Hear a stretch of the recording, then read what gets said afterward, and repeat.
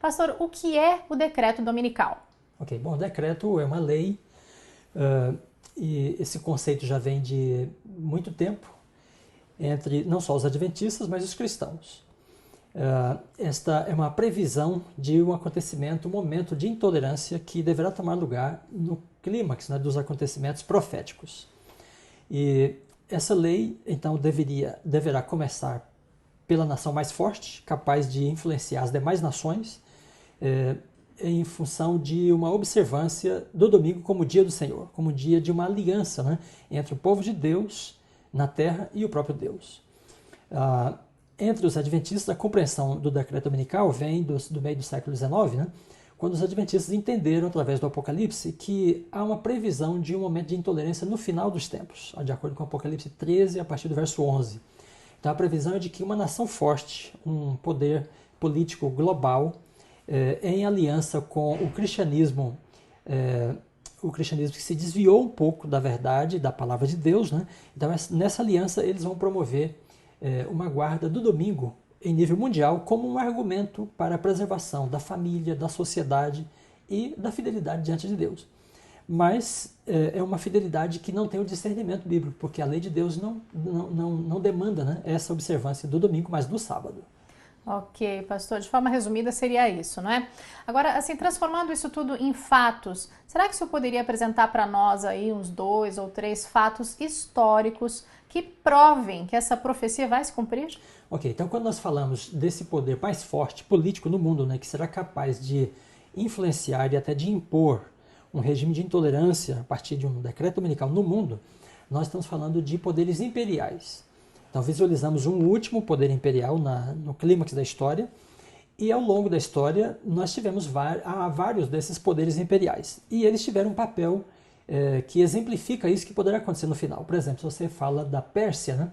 Nós temos no livro de Esther a história do drama que os judeus viveram na Pérsia. No capítulo 3 diz que Amã, que era um servidor do Império da Pérsia, foi ao rei e convenceu o rei Assuero de decretar a morte dos judeus, e ele dá o motivo, né? Ele diz assim: porque há um povo no teu reino, Assuero, cujas leis são diferentes das nossas. Então por que ele estava preocupado com as leis dos judeus? Quando os judeus não matavam, não roubavam, eles estavam fazendo as mesmas coisas que os persas estavam interessados em fazer.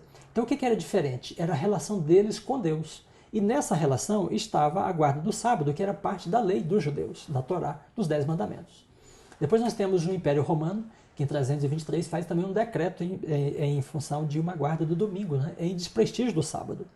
Então nós temos 2 grandes impérios que decretaram diretamente contra o povo de Deus que guardava a lei de Deus, e o decreto deles tinha a ver com uma substituição do dia de Deus, do dia que é a aliança, né, entre o povo de Deus e Deus na sua lei.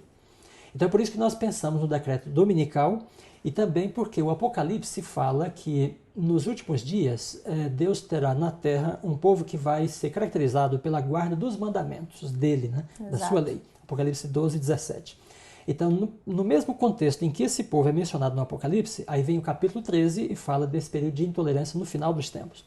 Então, quando nós analisamos todo esse conjunto, aí chegamos à convicção de que se um poder imperial se levantar na Terra para fazer um decreto, esse poder deverá ser o poder dos Estados Unidos, que é o mais forte hoje, que tem uma aliança indireta, né, com o cristianismo nominal.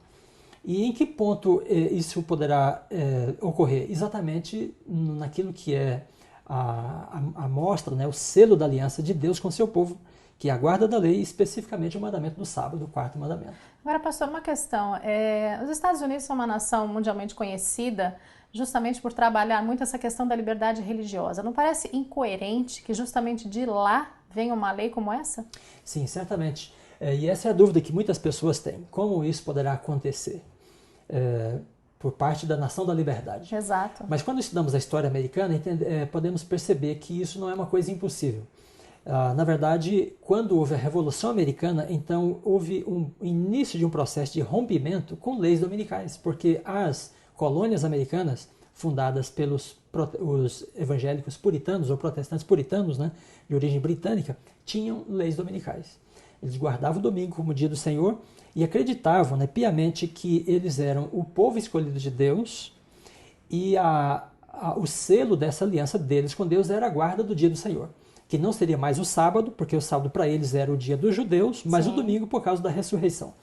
Então as colônias, especialmente do norte, tinham leis dominicais e pessoas foram penalizadas com prisão, multas e até morte por não guardar o domingo ou por insistir na guarda do sábado. Depois, no meio do século XVIII, por ocasião da Revolução, então uma nova mentalidade se tornou predominante na América do Norte. Uma mentalidade de separação de igreja e Estado, que veio em parte com alguns protestantes e os unitaristas ou maçons. É interessante esse dado na história americana.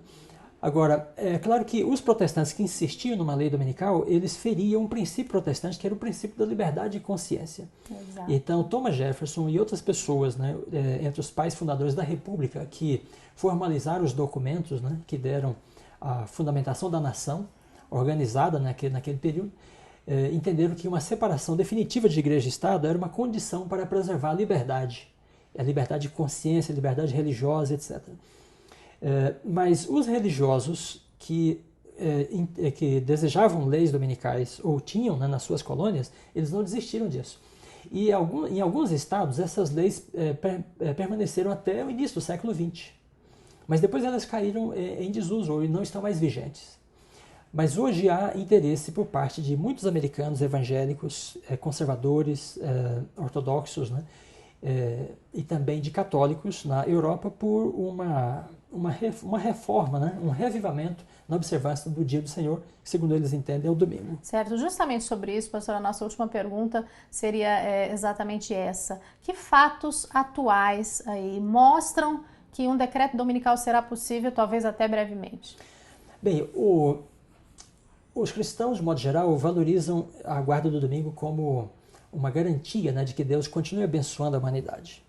Eles até acreditam que para a preservação da família, para o bem-estar do planeta, né, para enfrentar as crises globais que a humanidade tem hoje, né? Exato, como uma solução, não é? Exatamente. Então, uma reforma religiosa seria uma condição essencial. E dentro dessa reforma, a guarda do domingo.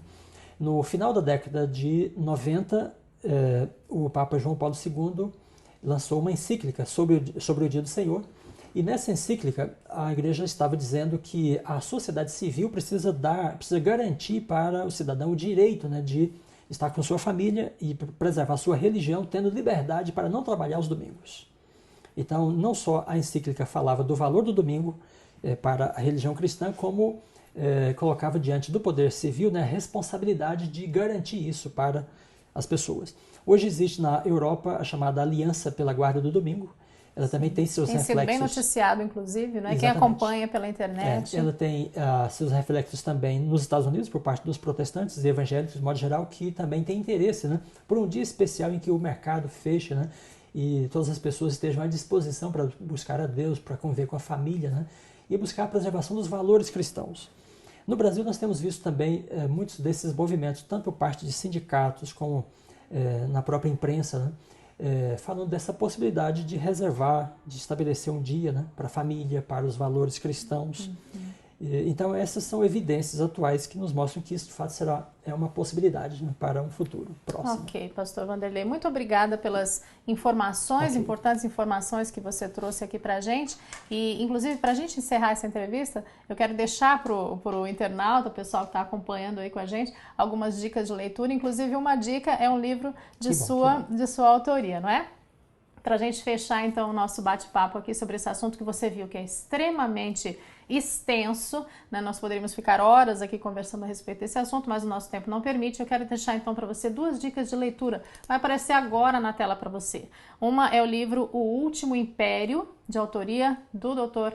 Wanderley Dornelles, e o outro livro se chama Apocalipse 13, do teólogo Marvin Moore. Os 2 livros são da CPB, da Casa Publicadora Brasileira, está aparecendo também para você aí o site onde você pode adquirir. Eles exploram profundamente esse tema, com informações bastante pesquisadas, né, com levantamentos bastante confiáveis, por isso fica para você a dica. Eu, se fosse você, lia realmente esses livros. E olha só, a Bíblia diz pra gente que felizes são as pessoas que estudam as profecias, não é? Porque o tempo está próximo. Pense nisso, viu?